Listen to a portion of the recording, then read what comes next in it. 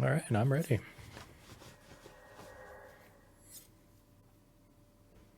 Oh, that's crazy. All right, and I'm ready. I'm guessing you didn't have us on mute. No. Okay. Well, I guess we'll just get started. So here we go. I'm so used to doing the countdown. Do we get Craig? Yep, we got Craig. All right, so we'll just get started. Hello and welcome to the 307 RPG podcast. I'm Patrick. I'm Nolan. This week, as you can tell, we are live. You can now find us streaming live every Sunday morning. I know it's Monday evening, but we had some technical difficulties on twitch.tv/307RPG. We invite you to come join us, chat with us as we record the weekly show. That's kind of the big news for the week, at least for us anyway. Nolan, I do want to say thank you so much because it was your hard work that got this all put together. So kudos to you, my friend. We are going to figure it out somehow, some way. That is right. And I'm going to send out a tweet real quick to let people know that we're live and see if they want to come chat with us.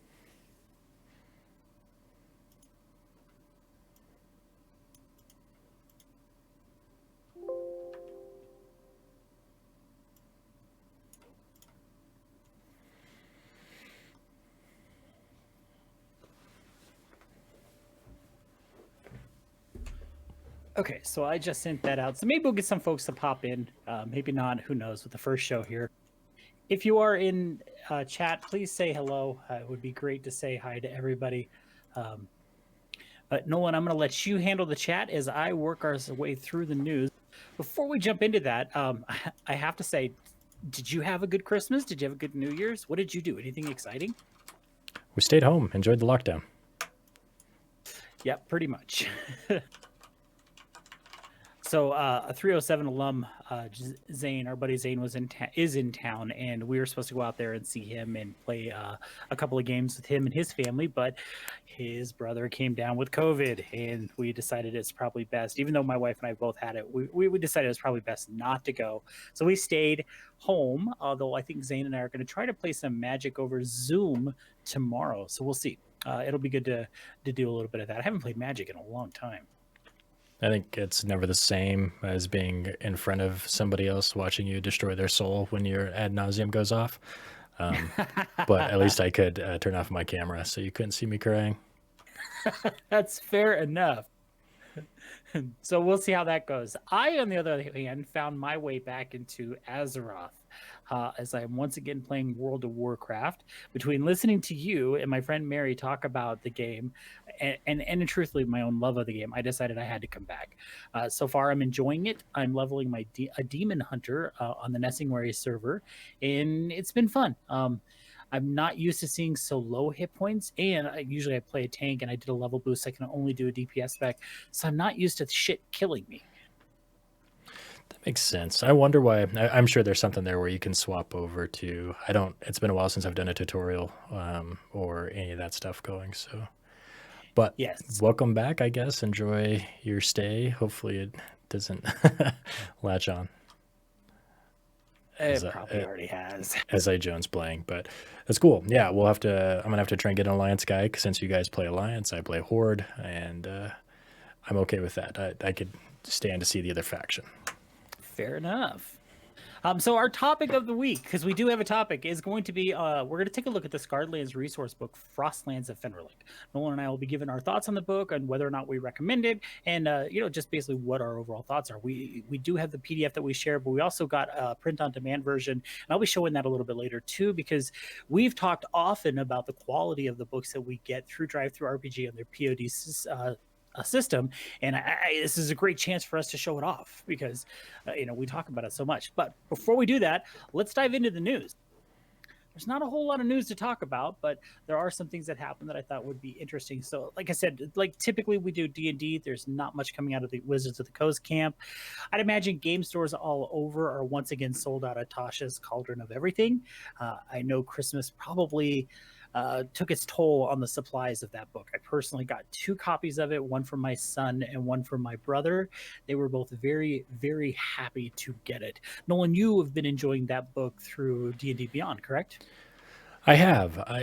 I haven't had the time to spend with it. It's nice to get back to playing some D&D. I know we're getting the game going, and of course, instead of using that, I'm playing a Blood Hunter, and then we're talking about playing a Scarlands game, so maybe I can steal something from there. But I like the options. I think there's literally no build off the table. I think there's less reason to multi-class to fill in those gaps of what you feel like you're missing.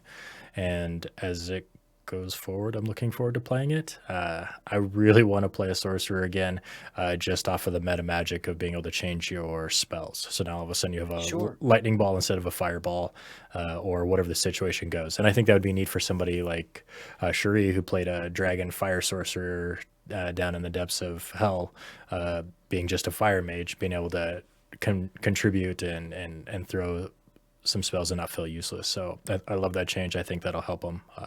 Probably not as strong as being just a wizard or a bard still, but getting closer. Yeah, like I said, Aiden, my son, was super excited. In fact, we were coming out of the store the other day and he saw one of his friends. He's like, "Hey, guess what I got for Christmas?" And they started just nerding out on Tasha's, which, made me go, "Yep, that's my son." That's a good thing. It is a good thing. So that's really all the news that I've seen coming out of D&D. There's not a whole lot going on. I know they're in their kind of winter break, as you will. They should be coming back to work here soon. I'd imagine may have been today. I can't remember. I do want to mention, although not official WotC news, but still WotC related, I want to talk about the passing of Jackie Quesada. Jackie was a designer and writer who is most known for her works on White Wolf lines from the late 90s to early 2000s. Those game lines include Changeling Dreaming and Mage Ascension. She also worked on Ravenloft, which I think is important that we mention here in D&D because, well, as I've said millions of times, Ravenloft is one of my favorite D&D settings. That was for the 3.5 version of D&D. She passed away on December 29th from complications due to COVID-19. Jackie was 72. There has been a GoFundMe set up by Phil Bricato of Mage Ascension fame. That they're just trying to help recover some costs from her hospital expenses to kind of offset that to benefit her widow, Nikki Ray. So if that's something you are interested in donating to, I do have a link in the show notes. Our thoughts go out to Jackie and her family. You know, as someone who has dealt with COVID and someone who thought very possibly that they're going to lose their wife to COVID, this kind of stuff hits home. And I thought it, especially being gaming related, it was very important that we mentioned it. Absolutely. That is all the news I have for D&D, unless you saw something. I did not. It seemed like we caught a lot of the stuff with Dragonlance potential and that kind of stuff. I'm hoping for some big exciting news coming with the new year. Right. Well, let's jump over to Onyx Path. As we have talked about, the Kickstarter for Dead Man's Rust has come to a close. They were successful in that. The initial ask was for $15,000. The ending funds came in at $30,076. Now that is pre-backer kit stuff. Onyx Path likes to keep their stuff open on backer kit. So if you did miss the initial Kickstarter, you can still buy in through backer kit. Nolan, you backed this one for 307 RPG. What can you tell us about it? It sounded like it had gone to layout, and that's kind of what Travis had been working on, getting that finalized. I haven't gotten any news since the last time we really talked about it. There's a few of the, what are they called? The little Kickstarter previews, and some of the chapters, getting some ideas, basically kind of the areas and that. So I'm trying not to read it too much because I want to play it. So it's tempting not to spoil myself. So sure. And maybe with our Scarlands group that we're starting on Monday, on Mondays, I should say, that might be something we can look at. I'm not sure. We may be looking at Frostlands of Fenrilik and just keep it with a whole northern thing since we're playing in the Rime of the Frost Maiden too. We'll see.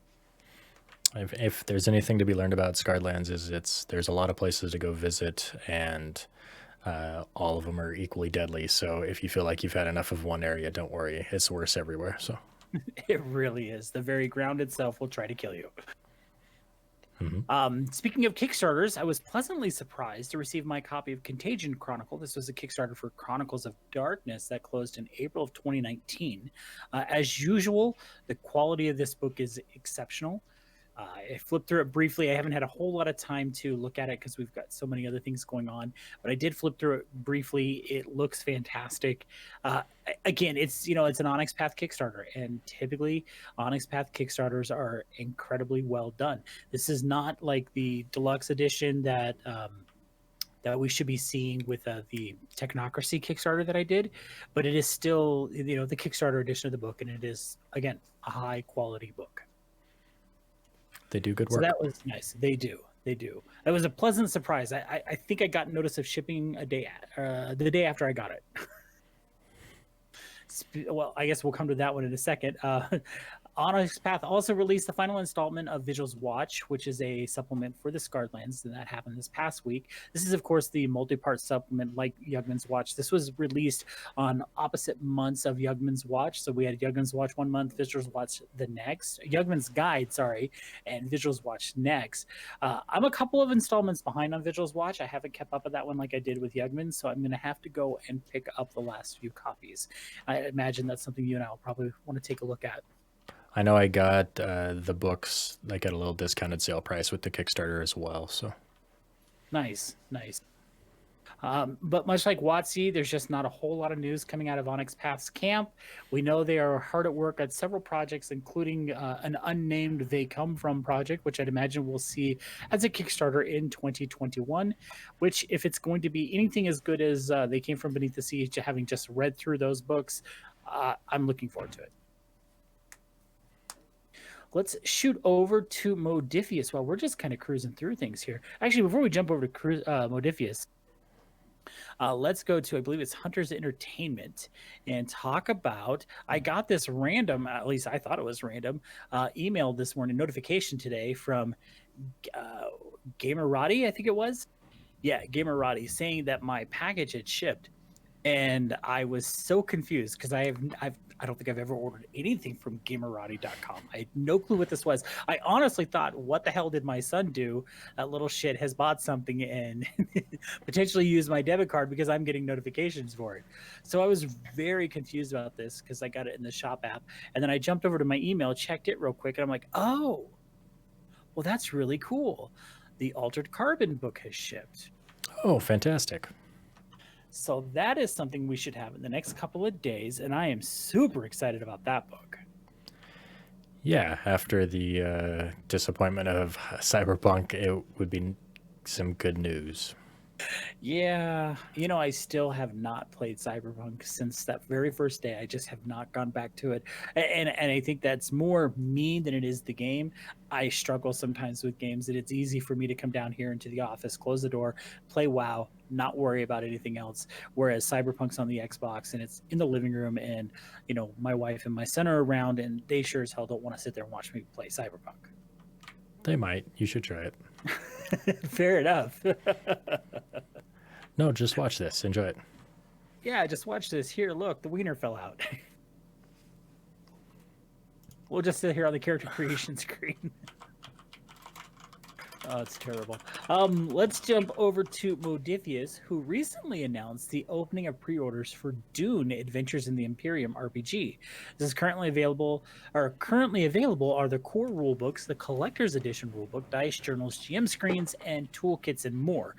It really looks quite amazing. I personally struggled reading Dune. I think I read it probably too young. I don't know. Nolan, you read this fairly young, didn't you? I was actually pretty late. Okay. What would be late? I want to say probably 24, 25. Okay. A buddy of mine, Pete, loved it, made me read it, get excited for it. And yeah, it's a very political, yeah, it's like a good vampire game, I suppose. You know what I mean? Like the layers are deep, and you are being good in combat is every bit a duelist of words as well. And I think it'd be an interesting way to get into some sort of back and forth like that in like a 5e game or something like that. It's like, okay, roll to attack. Well, in this one here, okay, roll for initiative. All right, you're talking to the king. You get to speak first. What do you say? Okay, make a perception check. Okay, you got, or a persuasion check. You got a 16. This is the guy who you're going against who's calling you a liar or whatever. Defend yourself in a court, and you're just going back and forth off of persuasion and bluffing and intimidation and trying to trip them up. And that's kind of what this one is. It seems like there's people who are way too smart, and it's all the political niceties of, not using the right influx of a tone of somebody's voice causes grave insult in a court that could doom your family, like that kind of stuff. And so it's interesting, but it's kind of a tough read. Yeah, I think I started to I tried to start let me try that again. I think I tried to read it around 16, and I just could not get into the book. Yeah, I can see that. So maybe it's one of those that I should go back and read and possibly even watch. It's been years. Get it done before the movie comes out, or maybe do it after the movie comes out and see how close they were. Yeah, possibly. But that was all I saw over at Modifius. I think there were some new miniatures being released for Skyrim or other games that they do. Modifius has a ton of lines that they're servicing. So I didn't look too deep. I just saw the release for Dune, and I thought that was pretty significant. I still think you and I should take a look at the Conan game. I think that's something that you and I would probably enjoy. It's a great world, and the books are great, and it's another one of those kind of blank canvas fantasy settings outside of, Conan's out there. Right. But other than that, you could probably burn most of the villages to the ground and make it your own world. And with the people we play with, that's probably exactly what would happen. Conan would have to make an appearance to put us in place. Exactly. I noticed Cubicle 7. Fans of the Warhammer Fantasy RPG may be excited to hear about the new source book for the game, Middenheim, City of the White Wolf, currently available for pre-order on the Cubicle 7 website. This book carries a price tag of $39.99 and is slated to ship around Q2 of 2021. Nolan, did you ever look at the Warhammer Fantasy MMO? I did play it. I got to play in alpha and beta with some friends, and really enjoyed it. It had a lot of stuff that was really good for its time, and really kind of set the stage for some other games to come up in the future. One of the big ones was kind of the world events that would go on, and you could just run up to the event and click a button, and it would join like a world group, and you'd be in a raid event fighting a big monster. And that got carried over to Rift, and that was kind of a similar in vein game. And eventually kind of got carried over and picked up with Guild Wars 2. But it was a good game. Balancing was kind of an issue, but I know that there is I can't think of like a private server floating around out there of the original game files that people still actively play and really enjoy. But yeah, it was a lot of fun. Crazy. Yeah, no, I've heard the game is good. I've heard the RPG is really good. In fact, the guys over, I think it's Darker Days Radio, are a big fan of it. I know that Warhammer Fantasy, I love the novels for Warhammer Fantasy. In fact, I love the novels for Warhammer 40K as I look over at my collection of both. Gotrek and Felix are fantastic. I know that Fantasy changed quite a bit to, I forget what they call it now, Age of Sigmar, that's what it's called, for the miniature, the actual strategy war game. So there were some major changes in the strategy war game that I'm used to, but overall, I think Games Workshop does a fantastic job with their games, be it RPGs or their war games. So I think it'd be worth checking out if you're a fan of the Warhammer Fantasy RPG. Again, that is going to be on the Cubicle 7 website. It is available for pre-order, which should ship around Q2 2021. I will say that the fun fact on that there is World of Warcraft was originally a Warhammer game, and the deal fell through towards the end, and they were not happy with it and said, okay, then go your own way. So Warhammer went back to the drawing board to do their thing, and World of Warcraft had this entire world created and decided that they were going to make their own thing, and ended up being the bigger deal. So, but the very early, the elves and the orcs and stuff like that were all based around Warhammer. I didn't know that. What could have been. Right. Well, that is all the news I see. I'm going to just ask chat real quick if there's something that they happen to know about that we don't, that they want to tell us about.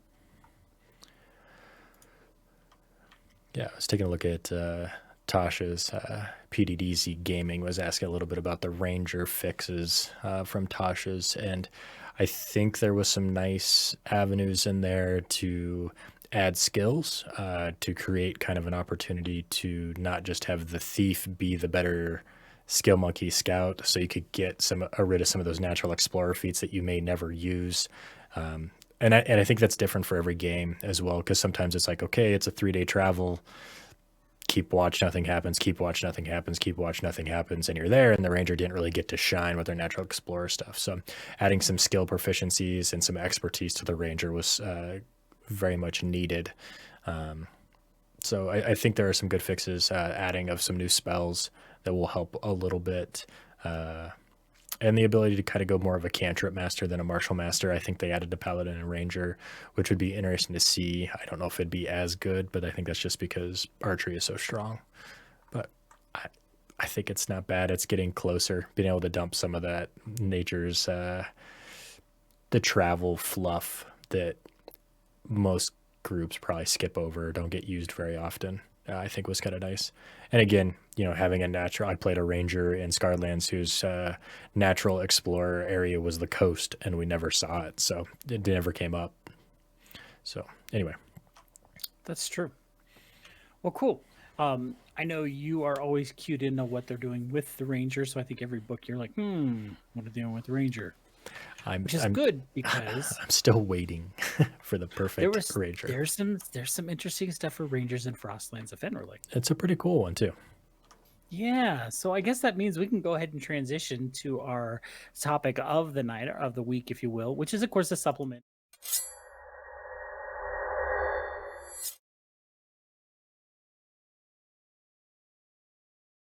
Now, if you're interested in this book after you hear Nolan and I ramble on about it, you can always purchase a copy of the book in multiple formats on DriveThruRPG. And I wanted to mention, I'm going to go off mic here for just a second so I can show you guys.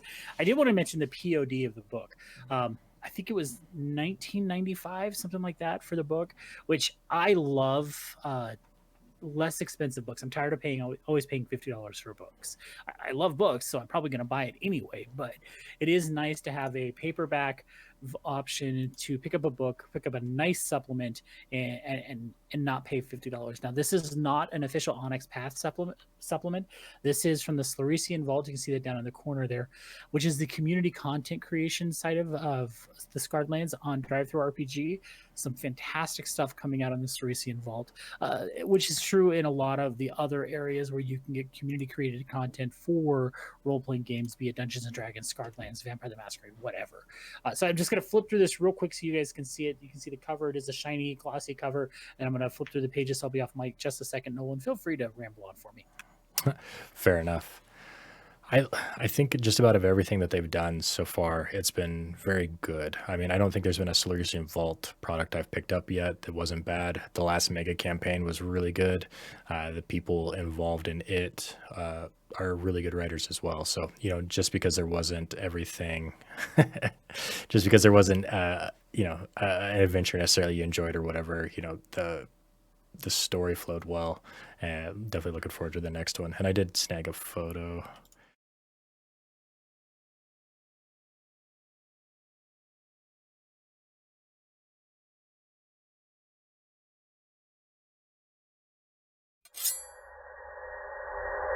That's a good looking cover art.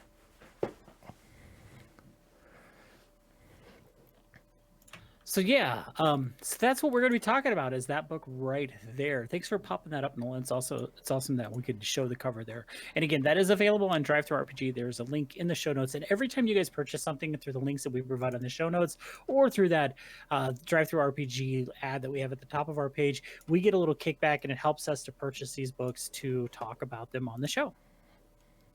Mm-hmm. All right, so let's dive into it. So I want to read Travis's words on it first. So this is from Travis. Frostlands of Fenrilik is an expansion that introduces the frozen continent of Fenrilik to the Scarred Lands 5th edition. Fenrilik is a remote, isolated tundra and provides a very different view of the Scarred Lands than players familiar with Gelspat are accustomed to. The Divine War barely touched Fenrilik, and most residents of the roof of the world think that the fall of the Titans is little more than southern folklore and exaggeration. Titan reverence and spiritual practice of Yushada are far more common on Fenrilik than worshippers of the god. Frostlands of Fenrilik not only introduces the continent for players and GMs, but also opens the continent up for community content development on the Slurician Vault. The book is designed to provide a solid foundation with ample hooks for creators to build upon, producing their own content for sale on the Scarlands Community Content Program.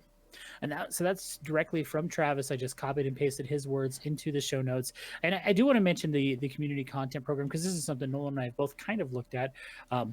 They do a great job on the Slurician Vault, so where you can purchase assets like art and things like that to help flesh out if you have something that you're working on that you want to potentially bring to Drive Through RPG. They do a great job of providing you with assets that you can purchase to use in your adventures or whatever. And you know, Travis talks quite a bit about, even if you don't want to write an adventure, but you're like Nolan, where you can create a million damn characters in a day. It is a great opportunity for you to say, here are some, 4 pre-made characters specifically designed for Frostlands of Fenrilik. And you can put them up on the Slurician Vault, throw a price tag of like $1 or $2, whatever, 3, 4, whatever, and potentially, create yourself a small little revenue stream. I know a lot of, I shouldn't say a lot, but I know there are a few writers who use Drive Through RPG as a side gig, as a side hustle to help create, some extra income for them. Absolutely. Which has nothing to do with Frostlands of Fenrilik, but this is just one of the many things that Nolan and I talk about. We talk about gaming and money. There you go. Side hustle. Side hustle, exactly. So Nolan, tell me your initial thoughts. Don't go into too much detail yet, but tell me your initial thoughts of this book. Okay, so this will be my only complaint, because I like everything else about it. And it's a silly one, and I think more places should do it. Give me the break it down like I'm a dummy on how you want me to pronounce some of this stuff. I struggle with a lot of the names, Ushada, Yushada, which one's right?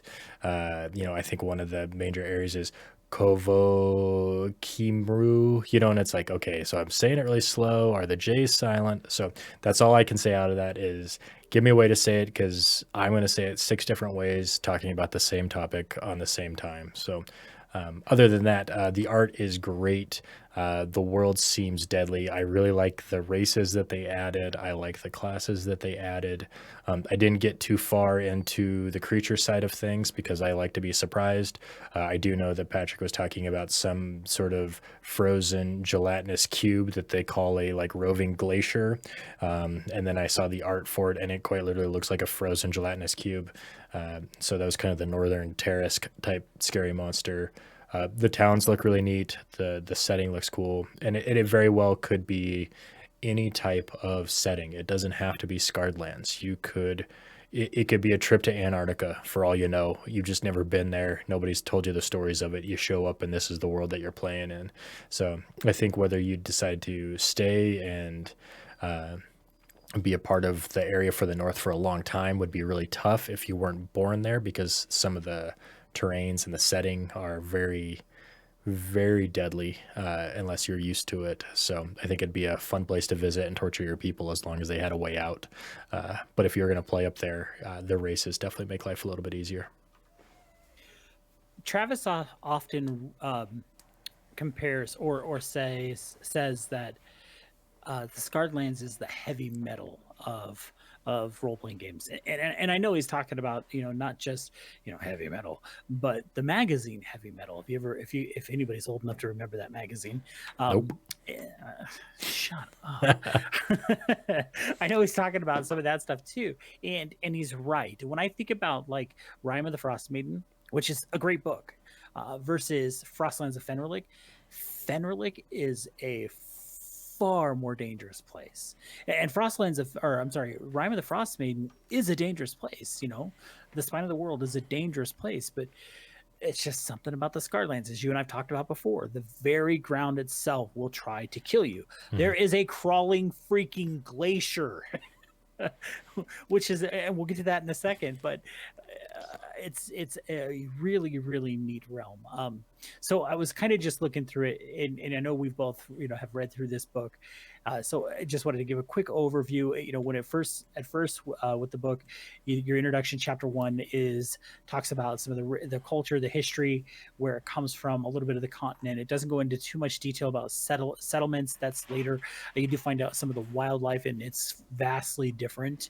And again, it goes into some of the whole history and culture, and even the climate. And I think this is something they did a great job in D&D with Cholt, reminding people that you are in the jungle, and humidity and heat exhaustion is a very real thing. And with this book, they do a fantastic job of reminding you it's fucking cold. Make sure you are dressed appropriately. Unless you're one of the races that are made out of ice, then you're fine. And then you have to worry about it if it's more than 40 degrees. But the writers did a fantastic job. And we actually should mention the writers of this book real quick. So let me go back and talk about that real fast. So the writers of this book are Ailey Cat, the Conread, Jeremy Hohalter, Sarah Stewart, the Heretrick, and of course Travis Legg. Editor is Fran Stewart. Typesetting and design by Travis Legg. Cover by Mike Mutin and Melino. Yep. Yep. I'm sorry, guys. And I know I am. I'm probably Dinino. I'm sorry. I probably mispronounced this person's name. This is why I skipped over that part. Yeah, you were probably the smart one and not me. But I still think it's important to talk about who wrote the book. So anyway, yes, thank you for the writers, and I'm so sorry I butchered your names. So yeah, chapter 1 goes into the history, the climate, the culture, things like that. Chapter 2 is where we really start getting into the locations and the cities. Now, there's some really interesting cities, and I want to talk about. I believe it's pronounced. And Travis, if you're listening or you watch this, I'm pronouncing it Kovokimru. I hope I'm saying that correctly. And I can't even pronounce the inn. Right. I was still stuck on the fact that there is a summer weather table, and if you roll a D100 and you get a 91 to 100, it's still a blizzard. So it's always cold. It is always cold. It is just a matter of how cold is it. Yeah. And as someone who grew up in Alaska, I can say that sometimes it doesn't matter what the thermometer reads. It just matters how long you can be in it. Yeah, it quite literally says creatures also take 1 level of exhaustion per hour at night, which are particularly long during the winter and last for weeks over the winter solstice. And it's like, yeah, you're not camping out. No. Yeah, I like the civilization thing. You get a lot of these little cities or towns or small villages. The population seems to be mostly under about 1,000 in these little things, and that's if they are little communities. But for the most part, it seems like a lot of it is just kind of travel, kind of get the feeling of, following the caribou type situation. Kind of that native feel to it. Right. I like Kovokimru. I like some of the space or the places that they talk about in here. The inn. I'm going to do my best here, Travis. Again, you can tell me I screwed it up. Jermivica, whatever. This is an inn. There's and it goes into like what the common room like, what the bars like, what the storerooms like, the hallways, the kitchens, the stables, everything. And there's maps. There's detailed maps on each of these, from the basement to the second floor to the main floor. I also really liked how they talk about the proprietors of each of the inns and say this is what this person's like, and here's also their partner, and that's what this person's the gruff, mean kind of person. Well, this person will give away the farm if given the chance. So I really liked how they did that. I thought that was very well done. I think it helps build the world. Sometimes as a DM that can be a tough thing. Of you walk into a store like, well, what's his name, and your player always asks the most random person of like, here's this luxurious inn and these are all the people in it and everything's fine, and the one person was, what's the stable boy's name? He looks like a good kid, and you're just like, that one? I know everybody else in the building, and you're asking for the guy that took your coat. Okay. Yeah. You want to know the guy who just gave you the toilet paper. What the hell's wrong with you? Yeah. The one guy, you don't add him to the game unless your character, you're planning on them. That's when I end up creating some very ordinary name, and you all look at me like, what the fuck's your problem, man? Yeah, he looks like a Steve. Okay, fine. Yeah. Fine. Is this his cousin Steve too? Okay. Steve too. Take my boots. Yes, that's exactly it. The layout is really good. Right. And I think back to when we had Zach Goins and David Barentine on, and we talked about the Kickstarter that they did of Orinth. They did a great job there of creating a world where they gave you the NPCs, gave you just enough that as a storyteller, as a DM, you were able to say, okay, I have an idea of how this person would react. I can now role play this for my for my players, and give them, like you said, a world that has come to life, and not just, okay, you walk into a bar. Well, and I think giving a bunch of different personalities, that way, if they're stuck at a spot or whatever, that good-natured person could come along and have a tip and be trustworthy. If they're not going in the right direction, you can coach them along. The other avenue is if they take a liking to someone, you can work that person in the story, and now they've kind of got their own thing, or their clue or their tag or their hook could lead to a further part of the adventure as well. So, And we've seen that in some of our games. In Chult, we had Clevin, the merchant owner, the shop owner, that you guys, who for no reason whatsoever suddenly became really good friends with, and were constantly going to check on him when you came back to Port Nine Zaru. mhm. In Waterdeep Dragon Heist, it was Tally, who lived across the way, that Durvar just was Poor bastard. always, yeah, always having to. I mean, eventually Tally moved to Baldur's Gate, but whatever. It's all right. He came back. Durvar brought him home. Okay, gotcha. It goes on. Chapter 2 goes on to talk about other locations. One of the places I really enjoyed was Flophouse, the warehouse. I love the fact that I think it's a dwarf that runs that. He is constantly trying to convince people to take over the job for him. Just wants to be done. I laughed at that. I thought that was so neat. Such an interesting way to put it. And it's like, yeah, you can stay here. And that's the other thing. It's a place where anybody can go, adventurers can go. They can stay there for free. They're just asked to help out. So it's like, yeah, you can stay here. Yeah, sweep the floor. That'd be great. You do a really good job about that. Have you ever thought about running the warehouse? And try to convince some poor schmuck to take over? It's a very Tom Sawyer way to look at things. Yeah, they do a great job with the holidays as well, which I think is something that I overlook a lot, as far as just what's the day, what's the year, what's the season, what's coming up. They really brought in something kind of home to me of like, that would be just kind of fun. Like if your adventurers have kind of done a thing and they happen to be in a town or whatever, and it happens to be, the long day's dawn or whatever. Hey, this event's coming up. Hang out for a few days. See what it is about. I like that. It makes the world more alive. I agree. So that's chapter 2. Fantastically done. I again love the fact that the NPCs that are mentioned, they give you just enough to be able to role play them for your players, and able to create hooks off of the way the character or the way the NPCs are, or the NPCs are. I know what I'm trying to say. Chapter 3 goes into some other locations like the Tobor Gorge, which I thought was fascinating. That is a dangerous place to travel. I guess I should mean, expect it because it is a Scarlands. yeah, I love I just love the idea. I think that would be just such a fun thing of I would have the best campaign going ever, and that's where my rolls would fail me, and that's where I could just see myself dying. Yeah, probably. I thought it was interesting. They talk about like the windstorms that would flare up as you're walking across the path that's been built, and how like there is a chance you can fall and just be bye. Yep, you go. Yeah, you gone. Moving on. Hope you Yep. brought your backup. I love that they talk about issues of like, oh, you think you're just gonna fly over? Okay, here's some issues for that. Yeah, I mean, so again, very well done. It's one of those things that, as a DM, especially as a DM, I can look at these things and say, oh, that's going to be very interesting to do to my players. Right, and I think that's one of the things of you start getting people who have played the game a lot, and look at this like, oh, this is the challenge here. Okay, knowing my players, they're just going to try and fly over. Here's how we're going to mess with that. So it's just not trivial. And I love that. I love that thing of like, well, that's such an easy workaround. It's usually a trap in Scartlands. Right. More, they go into detail of flora and fauna, the caverns, mist pools, and again, going right back into story hooks. This is a great book to give you opportunities to create other adventures in Fenrilik.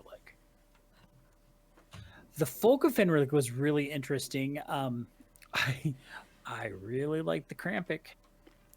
I felt like, thinking of Jerry Seinfeld and Krampus. It did have a very nice holiday theme kind of feel to it.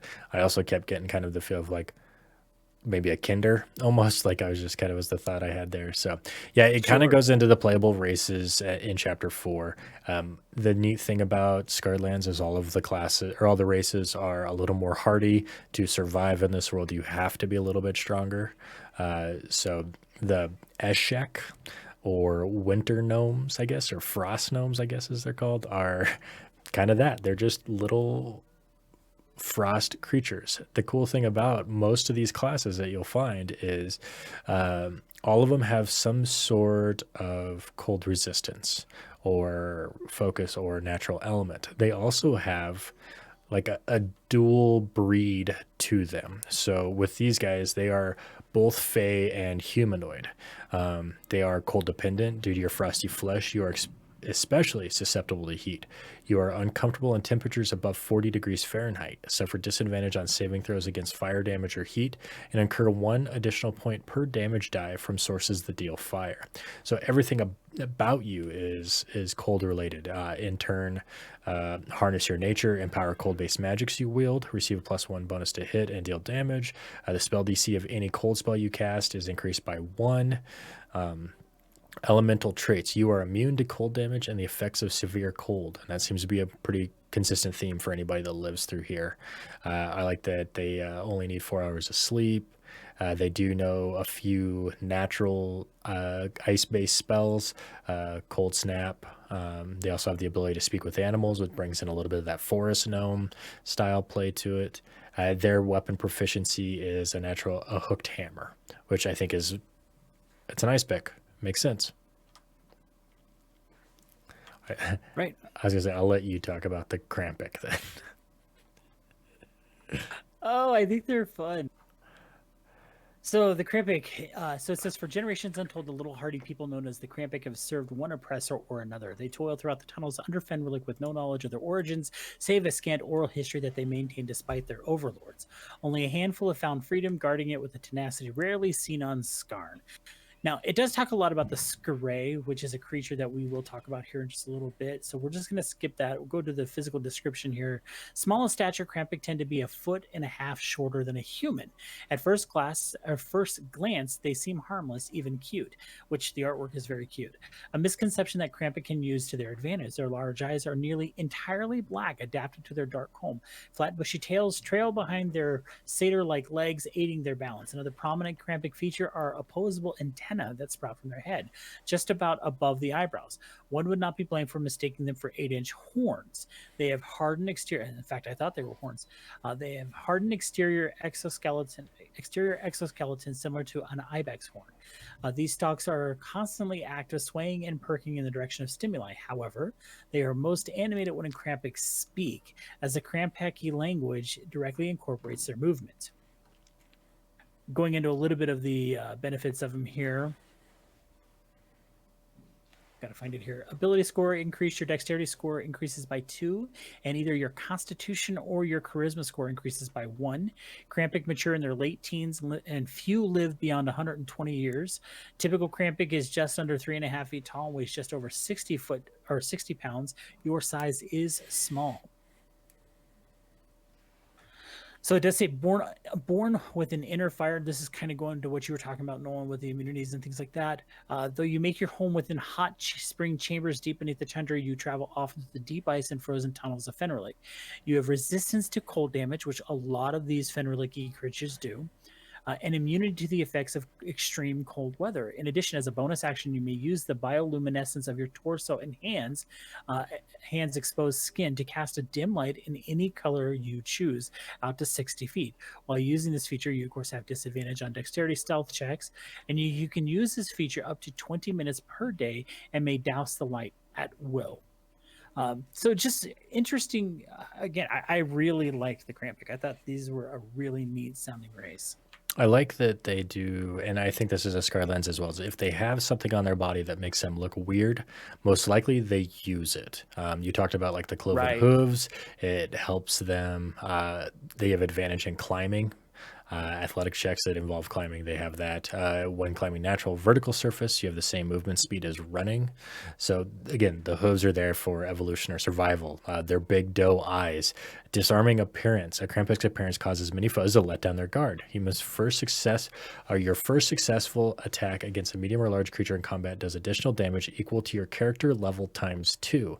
After all other damage has been calculated, creatures that have taken damage in such an attack are not vulnerable to it again, having learned their lesson. So you just kind of hit them with the puppy dog eyes and then have sneak attack style damage. Yeah. I like it.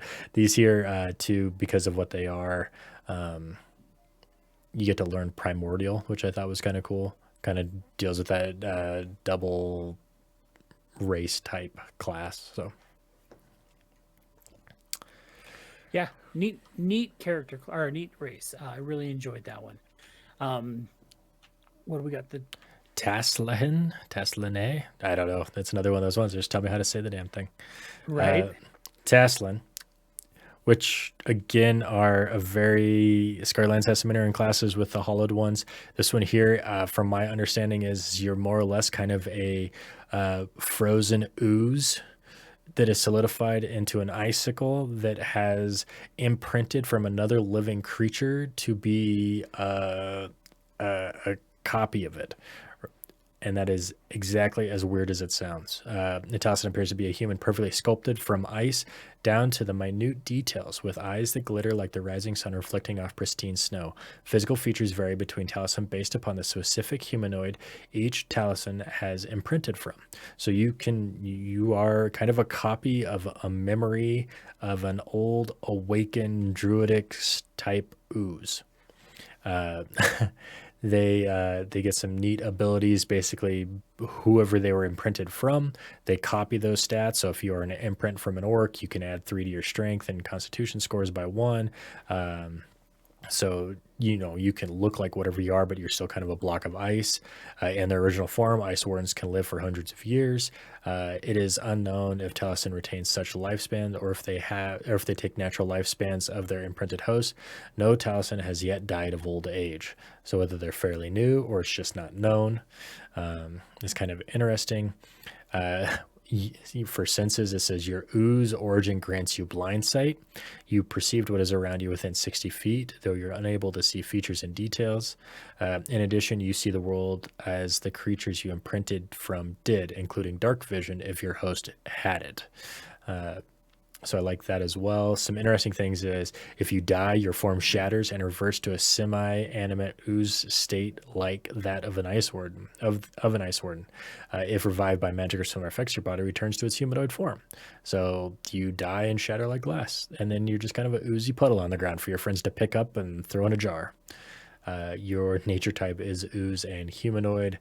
And then same thing, you are immune to cold damage but are vulnerable to bludgeoning and fire since you are ice. In addition, you cannot be blinded, deafened, or suffer from exhaustion because you're an ice cube. Go figure. Yes. And that was all the new races, right? Yep. 3 new races. Yep. So then we get into some new subclasses. Do we want to talk about those, or how do you want to do that? Yeah, we can. I will be brief since it's usually where I like to ramble. So Sure. these here are very cool.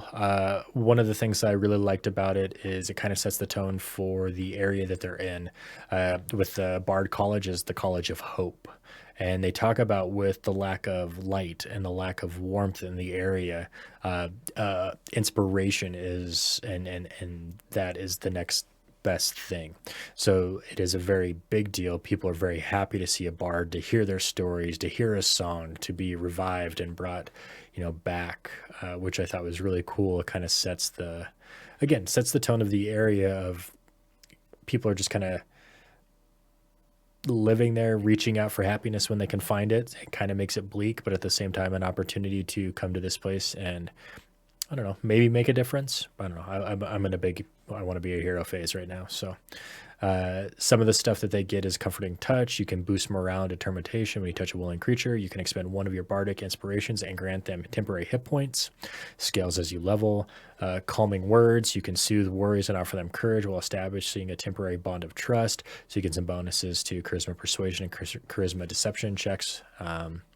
Song of Warmth. I like that they deal with when a humanoid dies within 30 feet of you, you can use your reaction to hum a sweet melody that lures the target's soul into a glass container in your possession. And once you do that, they kind of stabilize. It gives you 10 days to get them the healing they need, which I thought was pretty cool. Also added for a new class is a monk tradition called Way of the Winter Soul. This here was kind of neat because it adds some opportunities to not only do your fist do bludgeoning, you can spend a couple of key points and your unarmed strikes can now become fire or cold damage because of Winter Soul magic. Your unarmed strikes have a reach of 10 feet as they radiate intense heat or cold, and you may have each hand deal a different type. So that way if you are fighting something that needs to take some fire damage, you're there. I thought that was really cool. Kind of adds to some fun flavor of the mysticism of the monk. Dance of the Winter Soul, starting at 6th level, you can spend 1 key point as a bonus action, and your body basically blends in with the element around you for the next 10 minutes. You have resistance to fire and cold damage. You can sense the movement of fog, steam, and snow. As a result, you treat areas that are heavily obscured from fog, steam, or snow as if they're lightly obscured. And lightly obscured areas as if they are completely clear. So the neat thing about this one here is for 2 key points, you can have fighty, punchy fists. For 1 key point, you can have resistance to fire and cold damage at 6th level. Then at 11th level, they come together. Your mastery over thermogeoregulation intensifies, which is not something I ever thought would be a monk thing. When you have both your strike and dance activated, you get the following benefits. When a source would deal damage to you that is cold or fire, you could reduce that damage by 1d10 plus your wisdom modifier plus your monk level. You may use your reaction to reflect that damage towards any target within 10 feet of you. Once on each of your turns, you may hit a target with an unarmed strike that deals fire or cold damage. You may add that dice, an extra martial arts dice to that damage, and your movement is not slowed by difficult terrain in Arctic environments. So all of a sudden you're legless running across the snow, which I thought was really cool. And for their capstone, while acclimated to the area, you do not suffer any negative effects from the local temperature, and you may spend 10 key points as a bonus action on your turn to activate your strike and dance for 10 minutes with the following additional benefits. A thin layer of frost covers your body, giving you +2 to your AC. You may use your reaction to thicken the frost around you. You gain a temporary hit points to 1d10 plus your wisdom modifier plus your monk level until the end of your turn. So if you know a big hit's coming or you're trying to tank for a moment, you can beef yourself up. And you may use your reaction to become immune to cold or fire damage until your next turn. So that way if you're fighting the big frost dragon or something like that, you have a reaction to protect yourself to just stand in the fire's breath, which is pretty awesome. Yeah, I thought that was really neat. It was a nice mysticism style, kind of a play on the 4 elements, but more focused, and I think that made it stronger. Yeah, I would agree. Ranger's next, isn't it? Yes. So the ranger they call is the Ice Walker. And fitting as a ranger is, a master of an element or an area, a leader of people in the woods. This one here is all about the icy domain, adding some new spells that deal with misty step, sleet storm, snow, conjure minor element, ice or water only, which I thought was kind of cool. Biting Cold. At 3rd level, you imbue your attacks with cold of your glacial climb. Whenever you hit a creature with your weapon, it deals an extra 1d8 cold damage. You can only do this once per turn, so it's kind of like the old Hunter's Mark, or not Hunter's Mark, Giant Slayer from Hunter Ranger. And this actually scales. So at 7th level, it becomes a d10, and at 11th level, it becomes a d12. So a little nice scaling sneak attack style ability, which I think is a huge help to the ranger. At 3rd level, you immediately gain the Arctic as a favorite terrain. If you already have selected Arctic terrain, you may instead select another type of desert, mountain, or underground. Additionally, treat any climate that is currently experiencing a cold winter season as Arctic. So anywhere that it's snow, you are an expert in it, which leads me to believe that this guy probably is Santa Claus. So You gain resistance to cold damage and immunity to the effects of extreme cold weather. So even if you're not one of those fancy races that come with that built in, you've now lived in the winter so long that you have learned how to deal with it. 7th level, you deepen your connection to the Arctic and gain immunity to cold damage. 7th level, your control over the harsh cold is akin to that of an ice elemental. As an action, you can create a simple tool and or weapon from ice itself. These items may have no moving parts and may not have the two-handed property. There must be enough ice available to create the intended item. Items created in this feature last for 1d6 hours or until directly exposed to heat equivalent to a torch. Any fire damage dealt to the object it destroys it immediately. At 11th level, ice weapons you create are considered magical and have a +1 to attack and damage rolls. At 15th level, the bonus increases to +2. Here's my favorite part of the whole thing, and it's a silly thing. With enough time, you could create a shelter that protects others from the cold. With 10 minutes of channeling, you craft a round hut of ice that accommodates up to 8 people of medium size. Any fire built within the hut, central fire peat heats the entire of the hut without melting the walls. So I see your layman's tiny hut, and I raise you icy glue. That's not a bad feature to have in Fenrilik. I thought it was fantastic. I thought that was really cool. Give me 10 minutes, I'll build you an igloo, and you'll be safe. 11th level, your senses extend through the snow and ice that surround you. With preternatural awareness and snowy conditions, you have advantage on wisdom perception checks. Additionally, you can cast clairvoyance without expending a spell slot, without the need for material components, once per long rest. 15th level, you've become one with the frozen home. Ice covers your form, shielding you from harm and shattering any icy barrage in retaliation to attacks. When you take damage from attack, you can use your reaction to give yourself resistance to all of that attack's damage on this turn, except for fire damage. After that damage is resolved, the icy shell explodes and causes 1d12 cold damage to all creatures of your choice within a 15-foot radius. So turn yourself into a little ice bomb. I like it. I think it's really neat. Anytime a ranger gets to make weapons and fight with them, does some extra damage, I would play it. I think it's cool. To be fair, you'd play most rangers, though. I would, and I would hate most rangers. So this one I would think I would enjoy. This here just kind of, it does some cool stuff. I think this with maybe a little combination of Tasha's, you would have a pretty fun gal. Right. Furry, ooze, Iceman, whatever you decide to play in this here. Yep. The last one is a Ushada marked sorcerer origin. This one here kind of took on the wild surge sorcerer feel for me. They have a primal surge now, so you are kind of it is easy to control the primal forces of nature. Starting at first level, whenever you roll a natural 1 on a spell attack roll, you lose control of the power within you. Roll on the primal surge table. So it is similar to the wild surge. Some of this stuff here is all active spells cast by creatures within 30 feet of you are immediately ending, which if your cleric is running bless and you botch that for them, they might be upset. Haste goes away, could be bad, but it could also be good if it's happening by the enemy.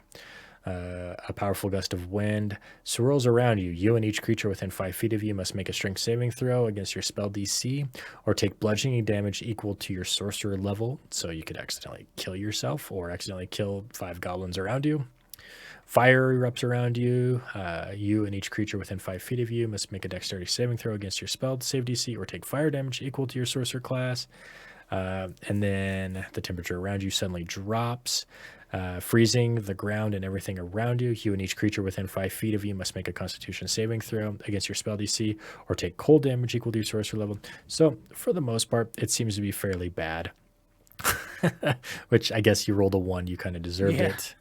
For if you roll a 5, you summon a number of local beasts equal to your sorcerer level. The GM chooses what type of beasts are summoned, but they cannot be greater than a CR2. Then roll a d4. On a 4, the beasts are friendly to you, and will act to defend you. On a 1, the beasts are hostile towards you and will attack. On a 2 to 3, the beasts are neutral and will attack and defend themselves only.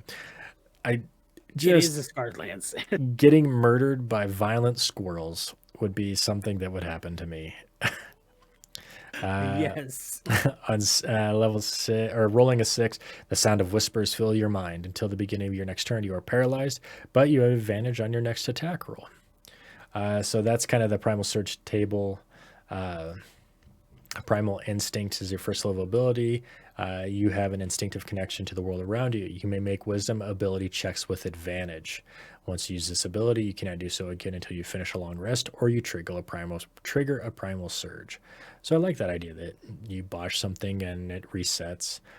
Starting at 6th level, whenever a source would deal acid, cold, fire, lightning, or thunder damage to you or a target you can see, you can use your reaction and spend 2 sorcery points to increase or decrease that damage by an amount equal to your sorcerer level, which I thought was could be pretty neat. Just, hey, listen, I see what you're doing there with that lightning bolt. I'm going to add 10 damage to it. 14th level, you gain control over your Primal Surge. You automatically succeed on all Primal Surge saving throws. As an action, you can spend 2 sorcery points to roll on the Primal Surge table, or 4 sorcery points to activate the Primal Surge effect of your choice. So now you've taken this hindrance that's burdened you your entire existence and made it something more. Now all of a sudden you're choosing to botch your roll and succeed on that and have everything freeze to the ground or whatever. So I thought that was kind of cool. 18th level, your connection to a shot of fully awakens. Choose one of the following, or roll a d6 to determine what kind of awakening you will go through. Once chosen, this effect is permanent. So this here gives you a few options of one being Spirit of the Still Night. The air around you seems unnaturally still, and your voice never echoes. You see normally in darkness, both magical and non-magical, to a distance of 60 feet. Whenever you are dealt damage from a spell, reduce that damage by an amount equal to your charisma modifier. So basically a spirit of whatever you are kind of comes in and helps, and it's not a bad capstone. So no, not at all. You would have to play it for the long game. It would be really disappointing to play a campaign that stops at level 13 just when you were about ready to master your Primal Search. But right. Other than that, I thought it was cool. They did add a few new spells in this chapter, all some magic items. Dealing with ice. Same thing. Frost rings, icicle wands, the hooked hammers, big thing with Scarred Lands or boons, and tattoos. So yeah, that was kind of chapter 4 was all for the players. Yep.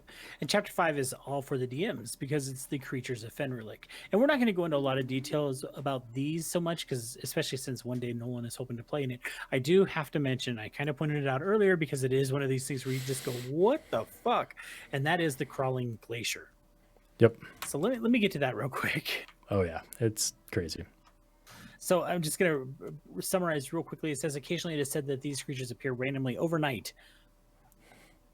That doesn't make sense, but looming where nothing previously stood. Further examination, even from a distance, reveals beams, trees, large animal skeletons, and even a section of timber wall inside. They are not frozen in place, but rather drift slowly within the mass. A clear path behind the creature shows where it has moved. These things show up and wipe out towns. It's like, oh look, a crawling glacier is coming. What should we do? Be nice to wake up and go out and stretch and see what's going on, and then be like, I don't think that mountain was there before. Right? And why is it moving? Yeah. And it moves at a speed of 5 feet. So it's like, is it moving? I think it's moving. Is it moving? Should we leave? Maybe we shouldn't leave. Maybe we should leave. And then all of a sudden you're just like, well, I guess we probably should have left. And now we're all dead. And there's no fighting this thing either because it's got an AC of 19. An AC of 19. It's massive. And it's got an AC. And I got to think, I was like, why is it so? It's got to be the ice. The ice is so thick that you just can't do damage to it. Yeah. AC of 19. Hit points is 492. Holy shit. And don't you dare try to strength check this thing. It's got a strength of 30. Now, that being said, it's got a dexterity of 1, constitution of 30, so you're not going to poison the thing, intellect of 1, wisdom of 1, charisma of 1. So, but then it says condition immunity is blinded, charmed, deafened, exhausted, frightened, grappled, paralyzed, petrified, poisoned, prone, restrained, stunned. And the list goes on. No, it doesn't. It stops there. Yeah. It's a CR23. Yep, that's all you need to know. CR23. It understands Titan speech but cannot speak. This thing is a badass. Yeah. This is the thing that you show. It's like, well, folks, it's the I'm really tired of it. Yeah, I'm tired of your shit. I'm done with you guys. Here's a crawling glacier. Fuck off. Yep. Every time you sleep, it gets colder for some reason because this thing is just going to follow you. Exactly. Oh my goodness. So yeah, I think this is. I laughed when I saw this creature. I'm like, what the hell? And then I read it. I'm like, this thing is so good. It is pretty awesome. It really is. So after that, it goes into some story hooks for the book for DMs to look at and try to incorporate Fenrilik into their campaign, into their Scarred Lands game. So overall, I think we both agree this is a great supplement. Yeah, I really like it. I'm not one that's a huge fan usually of the environment being so brutal, but they gave enough ways to kind of not necessarily get around it, but if you're playing in the setting, if you're going there, if you're going to be there, there's some opportunities to either be one of those characters and live around with it and deal with the extreme cold, or like with the ranger, eventually get used to it. But sometimes that is a tough thing of like, hey, you're playing Rime of the Frost Maiden or something, or you're going to Cholt.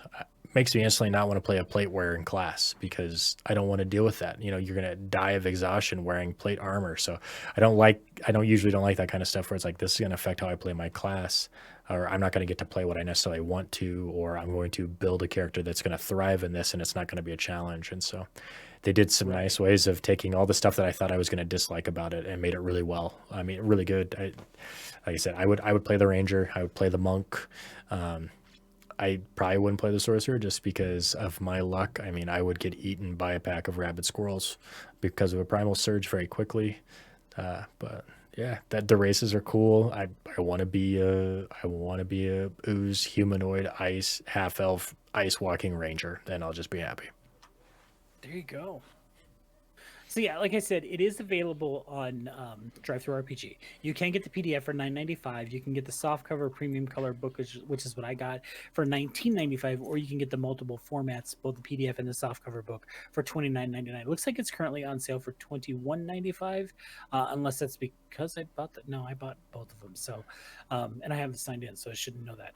So yeah, there is a link in the show notes to purchase this book, and I have to echo what Nolan said. This is a really good book. Scarred Lands tends to be one of the more brutal D&D settings to play in, but it's a wide open world. Whereas, you know, we've talked quite a bit about this. Whereas in Faerun, there's some things that you just can't do. You're not going to kill Dritz. You're not going to kill Elminster. In Scarred Lands, some of the bigger baddies that we've dealt with, you actually have a chance of killing. You actually sometimes work towards killing them. In fact, Mahiel in Vengeance of the Shunned, Mahiel could very easily be, a very powerful NPC that you could never touch, but it's written in such a way that that is your goal, is to stop her in some way, be it kill her or other means. So I like that aspect of the Scarred Lands. I love the fact that this is a community content created book. This is not something that was put out by Onyx Path. We've said that before. So when you purchase this, you're actually supporting those individual authors and not a big conglomerate, which I have no problem supporting, like Onyx Path or even WotC, especially if the book is good. But this is just one of those, in my opinion, one of those community content books that stands out above the rest. And Nolan, I think, would agree with me. We cannot recommend Scarred Lands enough. And we've talked about a lot of just the enjoyment of a $10 supplement book. You know, I don't need a huge hardback. Don't get me wrong, I like collector's editions. I love that stuff as much as the next person, but a good $10, $15 book that I can add to my game that I may not use all the time, but it's a fair price point. Absolutely, and this is something that I complained about before. Is I'm tired of all the D&D books being $50. So we used to be able to go and pay $13, $14 and pick up a module and have a story. Have a story that's going to last us a few weeks. Whereas now, if I don't spend the $50, I don't get the module and to go along or to tell the story. And I get tired of spending $50 on a book that we're going to play once and then put away. Now, to be fair, I have a lot of books that I've spent $50 on that are just put away. True. In fact, it's a personal goal for 2021 not to spend so much money on books. Good luck. Yeah, I think I've already blown that one. Yeah. No, I will echo it. It's a nice setting. We've had good luck with anything that we've played with it. The community's been really nice. The creators have been always helpful to chat with us about their game, and that's been the big thing. Is anytime we've had those conversations, they're just so excited for people to play it. They want people to come in and suffer in the world that they've created and enjoy it, because it's that passion rings through, and that's really awesome. I agree wholeheartedly. Well, that is our show for this week. We will, of course, this is not our normally scheduled time. We're supposed to be on Sundays at 9 a.m., but we hit some snags both in Discord and in your setup. But it sounds like we got that worked out. So we should be live next Sunday at 9 a.m., correct? Oh man, I hope so. I hope it works. Everything Me too. works, and then it doesn't, and then it does. So We're still getting this figured out. That's for sure. it was a nice trial run. So Yep, it was. But we should have it. Hopefully, we have it all worked out, and we will join you next week, which I'm not sure what we're talking about yet, but Nolan and I will get that figured out and let you all know. You can find us on Instagram, on Twitter, on Facebook, all at 307RPG. If you have suggestions, if you have something that you think we should talk about, please hit us up and let us know. We are excited to be live. We're excited to be able to interact with those of you who are listening. If you weren't able to check us out on this very first stream, remember we will be live next Sunday, 9 a.m. U.S. Mountain Time. I hope you can come join us and chat with us. yeah, we appreciate it, and thanks for listening. All right, we'll see you all next week. Bye.